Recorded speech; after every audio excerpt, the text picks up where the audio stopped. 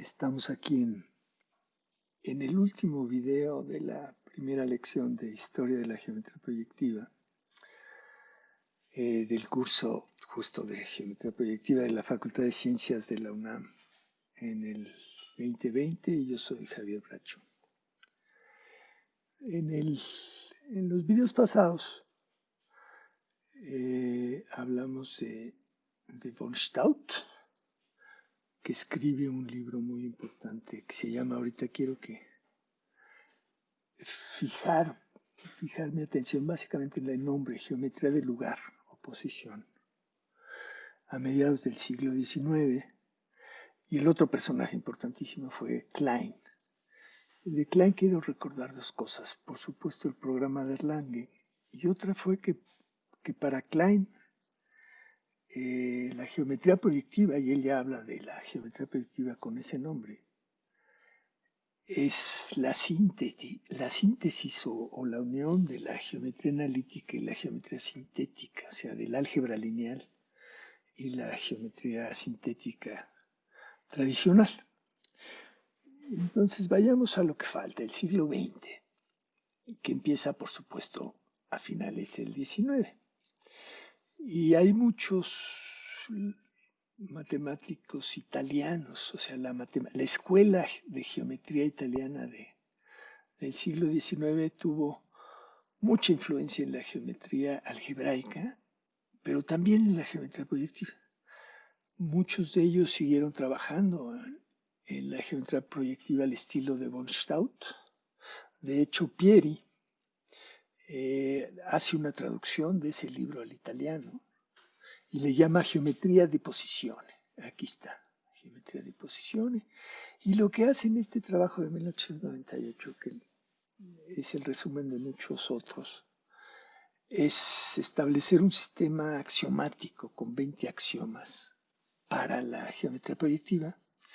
Y noten algo interesante, que 2 años después publica algo muy parecido en título, pero también es un sistema axiomático basado en la idea de punto y de movimiento. Pieri sí se toma muy en serio al programa de Erlangen y a Klein.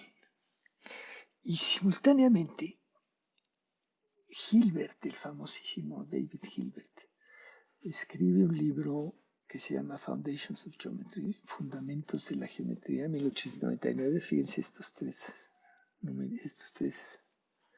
años, que es muy influyente, muy importante, porque lo que él hace es ignorar a la geometría proyectiva.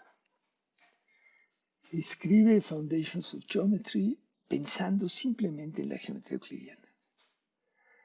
Y establece un sistema de axiomas para la geometría euclidiana, justo como Euclides, pero le corrige la plana y dice, no, pues con 5 no basta y están mal planteados. Necesitamos 20 axiomas. Entonces creo que Pieri son 19 y él son 20. Pero en fin, son muchos axiomas que divide en tópicos. ¿A qué se refieren los axiomas? 8 de ellos son de incidencia, los demás son de orden y de continuidad, que es lo que ahora entendemos como topología, pero 8 de ellos son de incidencia.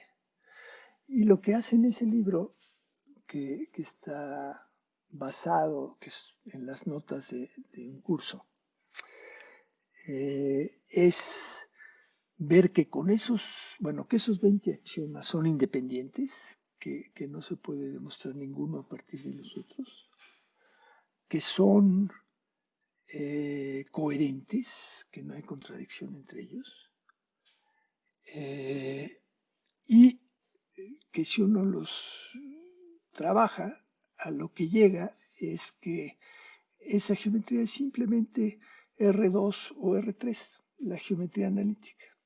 Entonces da un sistema de 20 axiomas para llegar a la geometría analítica clásica y dice, esta es la geometría y este es el fundamento axiomático real.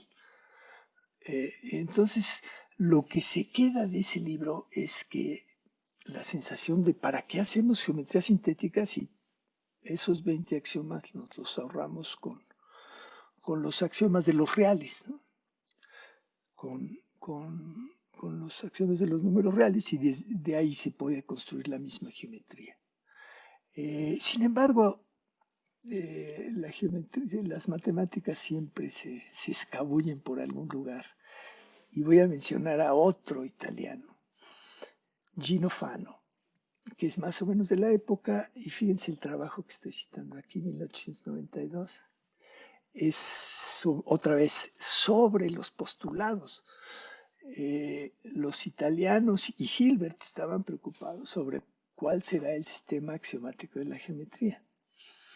Pero en ese trabajo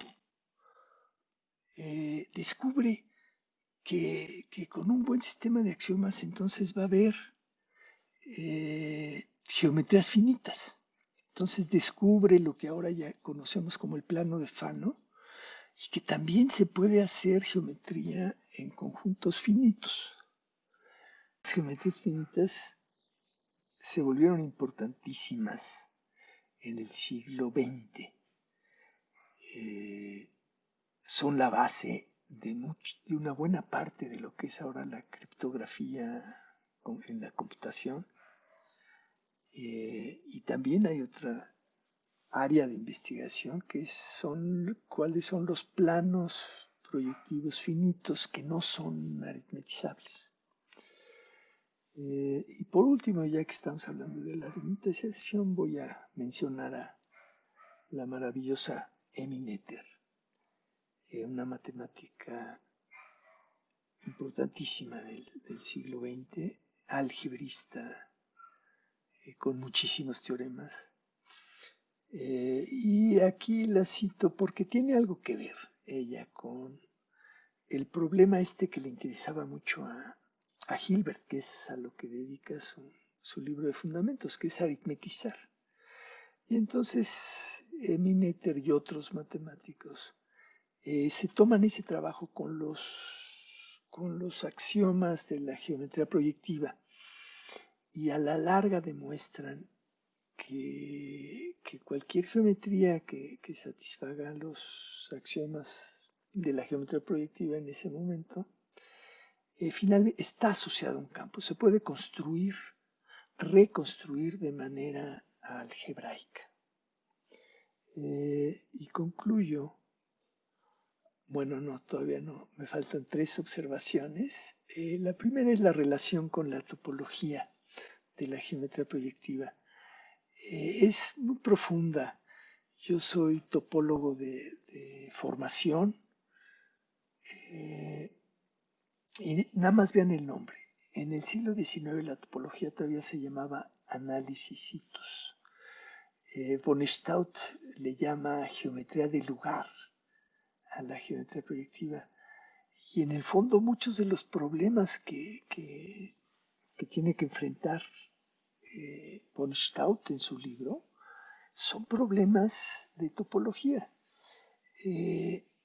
Son los mismos problemas de continuidad de la recta, etcétera, que se trabajaron tanto en el siglo XIX, a los que se llegan desde la topología del lugar y dan lugar al análisis. Y también la geometría proyectiva da los primeros ejemplos relevantes de espacios topológicos que no son los euclidianos, en particular el plano proyectivo. Resulta que tiene adentro a la banda de Mobius, entonces eso fue muy importante para el establecimiento y el arranque de la geometría del siglo XX, que es la topología, que es la geometría más flexible. Pero la geometría proyectiva está entre la euclidiana y la topología. Entonces fue muy importante la geometría proyectiva ahí. Y sucedió que en el siglo XX la geometría proyectiva se perdió curricularmente. En el siglo XIX era, como decía Klein, la geometría que mejor se desarrolló, era muy importante a nivel de investigación, era lo que estudiaban todos los estudiantes avanzados, y en el siglo XX se pierde por completo. De tal manera que la difusión de las ideas de la perspectiva, en particular el punto de vista de las matemáticas con la perspectiva, que es lo que vamos a trabajar en este curso, los matemáticos las dejamos en manos de los dibujantes y los arquitectos, y qué bueno, ellos las han sabido mantener vivas, pero ellos las presentan como recetas. No, pues que tú le traes acá y encuentras un punto de fuga y el punto de fuga sirve para hacer esto y no sé qué, pero no la esencia, cuáles son los razonamientos, cuál es la matemática detrás de esas técnicas. Eso es lo que es la geometría proyectiva. Y por último, en estas observaciones, quiero hablar de la geometría dinámica, que es en lo que estamos ya en el siglo XXI. Las computadoras nos permitieron regresar a las construcciones que les encantaban a los griegos, las construcciones geométricas, ¿no? Porque ahora se pueden mover, etc. Y entonces este curso lo que hace es aprovecha eso, que tenemos geometría dinámica, y en base a la geometría dinámica nos metimos a la geometría proyectiva desde el punto de vista de los renacentistas, de lo que es la perspectiva, y de allá arrancamos y hacemos la geometría proyectiva, reconstruimos toda la geometría proyectiva con esa motivación. Y ahora sí, por último, quiero acabar con una cita de John Stilwell, un gran divulgador de matemáticas y un buen matemático, topólogo, por cierto, en un libro que se llama Yearning for the Impossible, añorando lo imposible, que es un libro donde la tesis principal es que los matemáticos hacemos eso, nos ponemos a pensar y a trabajar en cosas imposibles y luego esas cosas imposibles se vuelven matemáticas, en particular el horizonte, the horizon, de su libro es el capítulo que le dedica a la geometría proyectiva. Y lo hace muy en el estilo de Hilbert. Agarra unos pocos axiomas, los principios básicos de la geometría proyectiva, la pone en contexto histórico como viniendo de la perspectiva. Y de esos 4 axiomas demuestra que se puede aritmetizar. Y entonces la cita es esta y la voy a leer en inglés. Ahí tienen la traducción mía al español. Y dice así: This discovery from 100 years ago seems capable of turning mathematics upside down, though it has not yet been fully absorbed by the mathematical community. Not only does it defy the trend of turning geometry into algebra, it suggests that both geometry and algebra have a simpler foundation than previously thought.